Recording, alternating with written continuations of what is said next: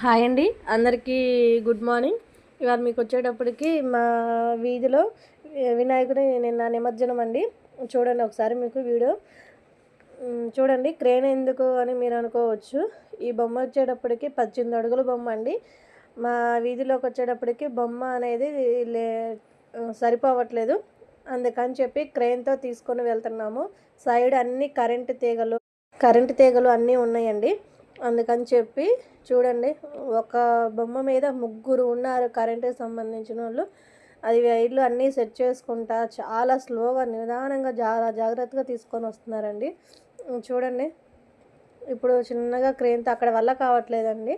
అందుకని చెప్పి క్రేన్ సహాయంతో మళ్ళీ బొమ్మని కిందకి దించుతారు.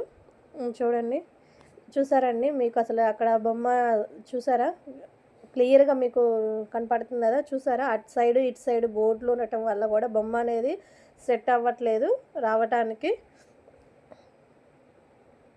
చూడండి, అదిగోండి ఇప్పుడే ట్రాక్టర్ ముందుకు వచ్చేసింది.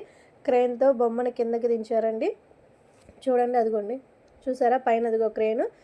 చూడండి బొమ్మ ఎట్లా తిరిగిపోతుంది అసలుకి. అక్కడ ప్లేస్లో బొమ్మ అనేది సెట్ అవ్వట్లేదండి. అందుకని చెప్పి క్రేన్ సహాయంతో తీసుకురావాలని చెప్పి చూస్తున్నారు. వన్ సైడ్కి బొమ్మ అనేది రివర్స్ చేసి. చూడండి, చాలా కష్టమైందండి అసలు మాకు ఈసారి ఈ బజార్లో ఈ బొమ్మ రావడానికి. చాలా కష్టపడ్డారండి అయితే. కానీ ఎక్కడికక్కడ కరెంట్ తీగలు అన్నీ చాలా వరకు